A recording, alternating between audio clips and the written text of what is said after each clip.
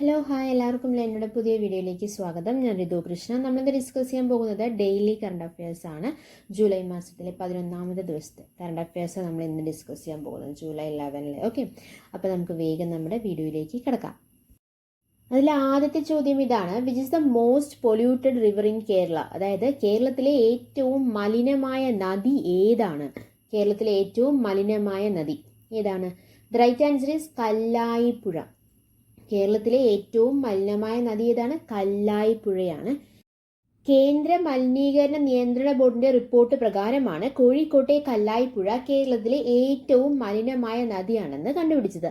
2022 മലിനീകരണം ഏറ്റവും രൂക്ഷമായിരുന്ന തിരുവനന്തപുരത്തെ കരമനയാർ 2023 കണക്കിൽ 2ാം സ്ഥാനത്താണ്. കേരളത്തിൽ 130 ഇടങ്ങളിലായിട്ടാണ് പരിശോധന നടത്തിയത്. അതിൽ 103 ഇടങ്ങളും കുളിക്കാൻ പോലും കൊള്ളാത്ത നദികളാണെന്നാണ് കണ്ടെത്തൽ. വെള്ളത്തിലെ ഓക്സിജന്റെ അളവ് പരിശോധിച്ച് മലിനീകരണ തോത് കണക്കാക്കുന്ന BOD, അതായത് ബയോ കെമിക്കൽ ഓക്സിജൻ ഡിമാൻഡ് നിരക്ക് കല്ലായിപ്പുഴയിൽ ലിറ്ററിൽ 12.8 മില്ലിഗ്രാം വരെയാണ്.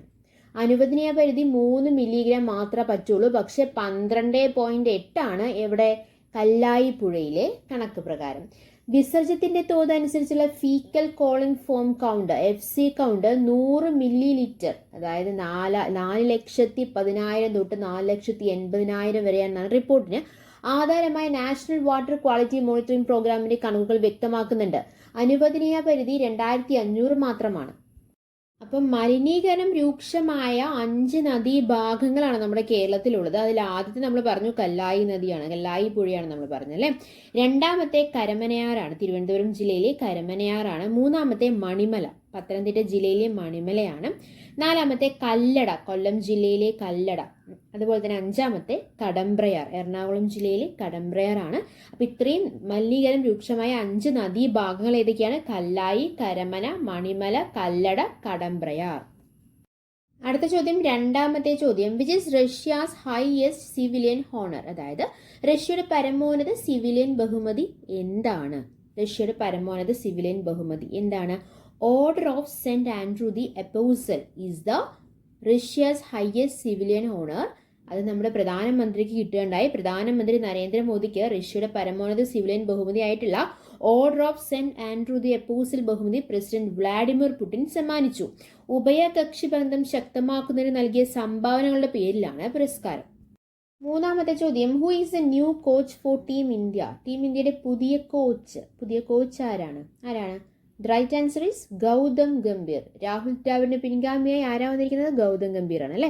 അഭ്യൂഹങ്ങൾക്ക് വിരാമം വിട്ട് മുൻ താരം ഗൗതം ഗംഭീറിനെ ഇന്ത്യൻ ക്രിക്കറ്റ് ടീമിന്റെ മുഖ്യ പരിശീലകനായി BCCI പ്രഖ്യാപിച്ചിട്ടുണ്ട്. 2020 ലോകകപ്പോടെ രാഹുൽ ദ്രാവിഡ് പരിശീലക സ്ഥാനം ഒഴിഞ്ഞിരിക്കുകയാണ്.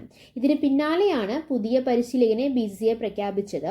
27 ആരംഭിക്കുന്ന ശ്രീലങ്കൻ പരമ്പരയോടെ 42-കാരനായ ഗംഭീർ ചുമതലയേൽക്കും. ഓക്കെ, നിലവിൽ സിംബാബ്വേയിൽ പര്യടനം നടത്തുന്ന ഇന്ത്യൻ ടീമിന്റെ പരിശീലന ചുമതല നാഷണൽ ക്രിക്കറ്റ് അക്കാദമി തലവനായ VVS ലക്ഷ്മണനാണ്.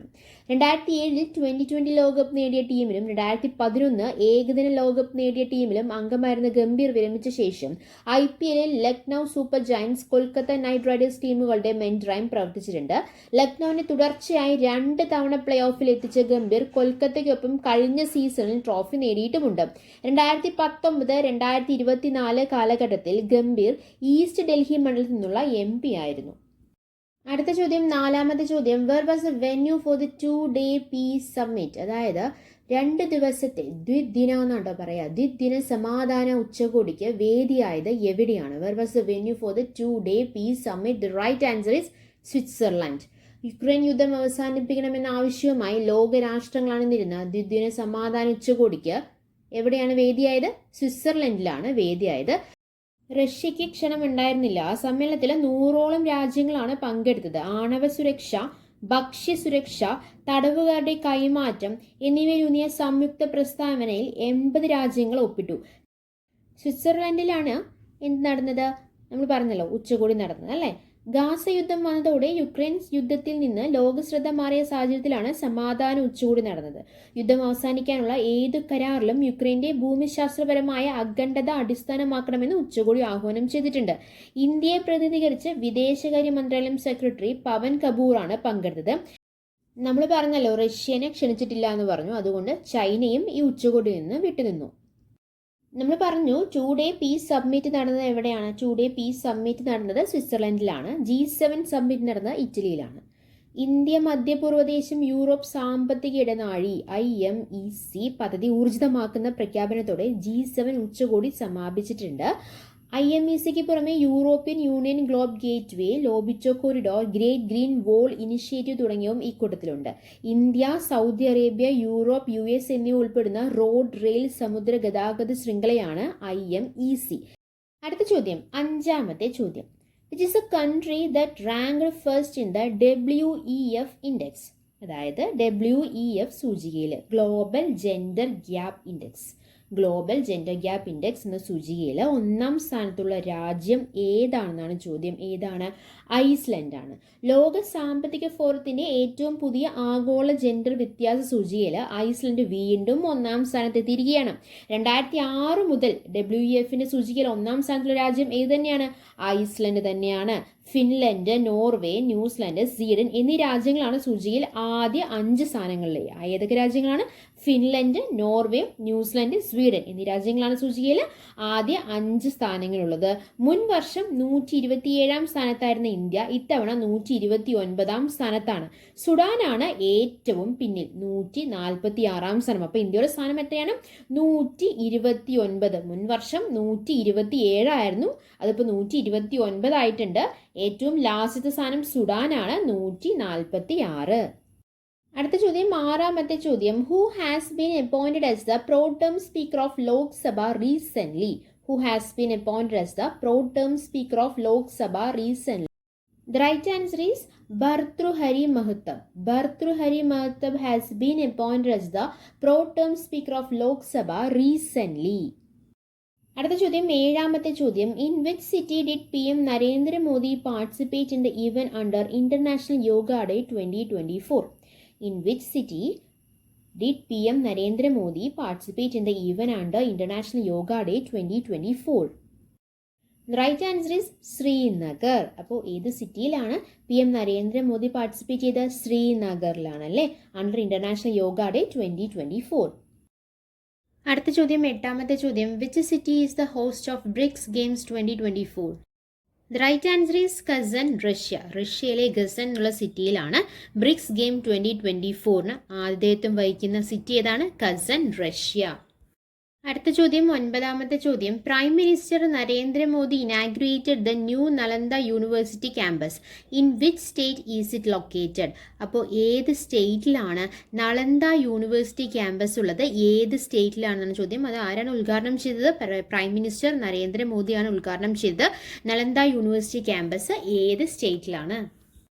The right answer is Bihar. അപ്പോൾ Nalanda university campus prime minister Narendra Modi inaugurate ചെയ്തിട്ടുള്ള നളന്ദ യൂണിവേഴ്സിറ്റി ക്യാമ്പസ് ഏത് സ്റ്റേറ്റിലാണ്? ബീഹാർ എന്നുള്ള സ്റ്റേറ്റിലാണ്. പ്രാചീന കാലത്ത് മഗധ എന്നറിയപ്പെട്ടിരുന്ന ഇന്ത്യൻ സംസ്ഥാനമാണ് ബീഹാർ. ബിഹാരങ്ങളുടെ നാട് എന്നറിയപ്പെടുന്ന സംസ്ഥാനം ഏത് തന്നെയാണ്? ബീഹാർ തന്നെയാണ്. സാക്ഷരത ഏറ്റവും കുറഞ്ഞ ഇന്ത്യൻ സംസ്ഥാനവും ബീഹാർ തന്നെയാണ്. മധുബാനി ചിത്രരചനയ്ക്ക് പ്രസിദ്ധമായ സംസ്ഥാനം, മൈഥിലി ഭാഷ പ്രചാരത്തിലുള്ള സംസ്ഥാനം ഏത് തന്നെയാണ്? ബീഹാർ തന്നെയാണ്. അത് നിലവിൽ വന്നത് 1956 നവംബർ 1-നാണ്. ബീഹാറിന്റെ തലസ്ഥാനം ഏതാണ്? പാറ്റ്നയാണ്. സംസ്ഥാന മൃഗം കാളയാണ്. സംസ്ഥാന പക്ഷി അങ്ങാടിക്കുരുവിയാണ്. സംസ്ഥാന പുഷ്പം കച്ച്നാർ എന്നുള്ള പുഷ്പമാണ് അവിടുത്തെ സംസ്ഥാന പുഷ്പം. സ്ത്രീകൾക്ക് സർക്കാർ ജോലികളിൽ 35% സംവരണം ഏർപ്പെടുത്തിയ ഇന്ത്യൻ സംസ്ഥാനം അത് ബീഹാർ ആണ്. തദ്ദേശ സ്വയംഭരണ സ്ഥാപനങ്ങൾ തെരഞ്ഞെടുപ്പിൽ വനിതകൾക്ക് 50% സംവരണം ഏർപ്പെടുത്തിയ ആദ്യ സംസ്ഥാനവും ബീഹാർ തന്നെയാണ്. അപ്പോൾ വനിതകൾക്ക് ഇമ്പോർട്ടൻസ് കൊടുത്തിട്ടുള്ള ഒരു സംസ്ഥാനമാണ് ബീഹാർ. അല്ല, എന്താണ് കാരണം? സർക്കാർ ജോലികളിൽ 35% സംവരണം വനിതകൾക്ക്. അതുപോലെ തന്നെ തദ്ദേശ സ്വയംഭരണ സ്ഥാപനങ്ങൾ തെരഞ്ഞെടുപ്പിൽ വനിതകൾക്ക് 50% സംവരണം ഏർപ്പെടുത്തിയ ആദ്യ സംസ്ഥാനം അതേതാണ്? ബീഹാറാണ്. അടുത്ത ചോദ്യം, 10-ാമത്തെ ചോദ്യം, അവസാനത്തെ ചോദ്യം. Who is set to become NATO's next secretary general? Who is set to become NATO's next secretary general? The right answer is Mark Rutte. Mark Rutte is set to become NATO's next Secretary General. Okay, അപ്പം നമ്മൾ daily current affairs ആണ് discuss ചെയ്തത്. നമ്മുടെ ചാനലിൽ daily current affairs മാത്രമല്ല weekly current അഫയേഴ്സും monthly current അഫയേഴ്സും upload ചെയ്തുകൊണ്ടിരിക്കുന്നുണ്ട്. ഡെയിലി കറണ്ട് അഫയേഴ്സിൽ ജൂലൈ 11 കാര്യങ്ങളാണ് നമ്മൾ ഇന്ന് ഡിസ്കസ് ചെയ്തത്. എടുത്ത കാര്യങ്ങളെല്ലാം, പറഞ്ഞ കാര്യങ്ങളെല്ലാം നിങ്ങൾക്ക് വളരെ വ്യക്തമായി മനസ്സിലായെന്ന് പ്രതീക്ഷിക്കുന്നു. നിങ്ങൾക്ക് ഉപകാരപ്പെട്ടു എന്ന് പ്രതീക്ഷിക്കുന്നു. അങ്ങനെ ഉപകാരപ്പെട്ടിട്ടുണ്ടെങ്കിൽ നമ്മൾ എന്നുള്ള ചാനൽ സബ്സ്ക്രൈബ് ചെയ്യുക, സപ്പോർട്ട് ചെയ്യുക. Thanks for your time. By.